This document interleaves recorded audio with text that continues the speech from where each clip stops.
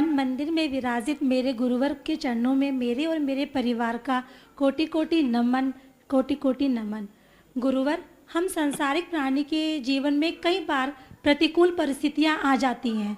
ऐसे में हम अपने मन की कोई समस्या या अभिलाषा अपने गुरु या प्रभु के सन्मुख रखते हैं, तो क्या वो उचित होता है या अनुचित होता है? क्योंकि मैंने तो हमेशा यही अनुभव किया है कि तेरे दरबार की गुरुवर निराली शान ये देखी, तुम्हें देते नहीं देखा मगर झोली भरी देखी।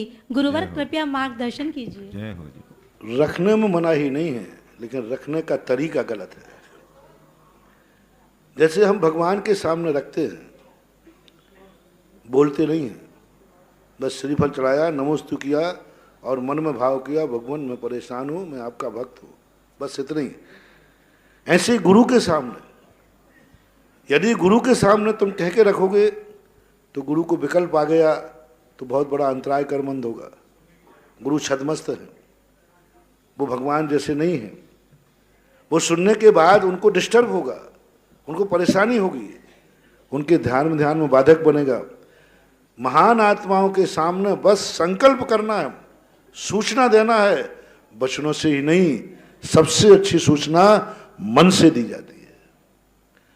भगवान के सामने और गुरु के सामने बैठकर संकल्प करो और दे दो सूचना, पहुंचे सूचना, आप चिंता मत करना। महाराज जी आपने नहीं सुनी है तो सुन लिया, मेरे सुनने और नहीं सुनने से कुछ नहीं होता। आपके हर गुरु के पास अंदर एक ऐसी किताब होती है जो मात्र भक्तों की बातें उस डायरी में लिखी जाती हैं। वो गुरु को पता नहीं है, स्वयं को पता नहीं, स्वयं नहीं लिखते, लेकिन उनकी पूरी साधना में से एक पुण्य ऐसा होता है जो शिष्यों के और भक्तों के काम ही आता है।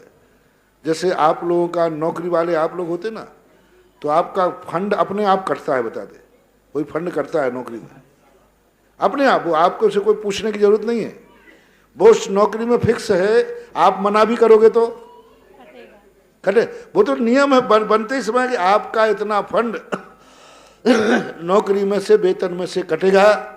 इसी प्रकार साधु बनते ही और गुरु और बन जाए, गुरु कौन? कोई उसको अपना गुरु मान लेवे। जैसे किसी भक्त ने उनको गुरु माना, गुरु की साधना का एक फंड उसके नाम से, नियम से कट के अलग रखा जाएगा। गुरु मना करे तो भी उनको मालूम नहीं, गुरु मना करे नहीं, मुझे कोई से मतलब नहीं है, तुम्हारे मानने से मतलब नहीं, दुनिया के लोग तुम्हें गुरु मानने लगे। साधु के फंड में से नहीं करता, गुरु के फंड में से करता है। दुनिया तुम्हें गुरु मानने लगी है, दुनिया को तुमसे अपेक्षाएं हैं, तुम्हारे आशीर्वाद से उसके जीवन के संकट दूर हो रहे हैं। बस जैसे ही दुनिया मानना शुरू होगी, साधु की 24 घंटे की जो भी साधना है उसमें से एक फंड निकल के अलग हो जाएगा। जो फंड साधु के काम नहीं आएगा, साधु के भक्तों के काम आता है। जय जय गुरुदेव। और वो आता ही है, इसलिए साधु को डिस्टर्ब करने की जरूरत नहीं है। आप तो आंख बंद कीजिए, उस फंड में से अपने आप खाते, तुम्हारे खाते में ट्रांसफर हो जाएगा। जय हो। हम अपने आप होगा वो, और आपको बाहर जाते ही पता चल जाएगा कि मेरे खाते में आ गया, समाचार आ गया है कि मरीज ऊपर जाने वाला था, डॉक्टर ने खतरे से बाहर कर दिया है। यानी समझ लेना, गुरु के खाते में से पुण्य आपके खाते में ट्रांसफर हो गया।